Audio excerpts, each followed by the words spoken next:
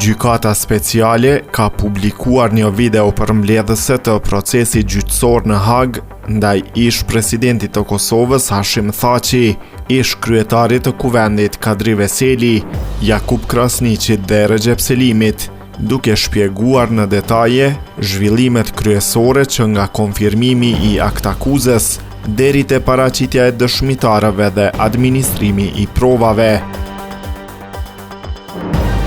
Gjykata ka njoftuar se deklarimet përmbyllëse nga mbrojtja do të fillojnë më 9 shkurt, duke shënuar një fazë vendimtare të procesit. Pas përfundimit të fjalëve përmbyllëse, gjyqtarët do të hyjnë në fazën e vlerësimeve të tyre konfidenciale, ku do të analizojnë se cilën provë dhe deklarat dëshmitari për të arritur një vendim përfundimtar. Fjalët përfundimtare në gjyqin Thaçi e tjerë do të fillojnë më 9 shkurt, thuhet në njoftimin e gjykatës speciale.